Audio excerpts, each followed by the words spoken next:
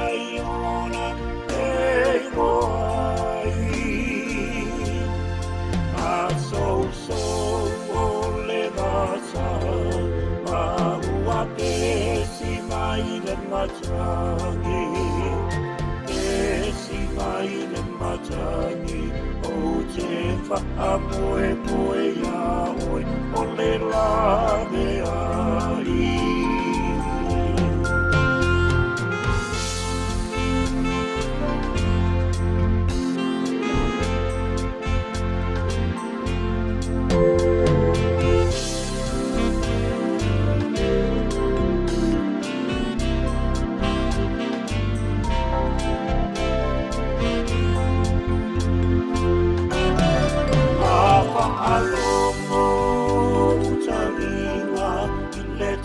Tala mai lule oe, kei o se whaili, ua tamai I lunga o se manua oe.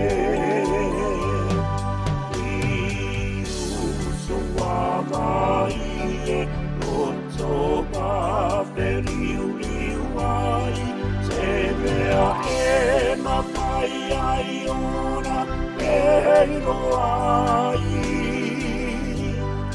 A so o le masa, ma ua pesi mai le matangi.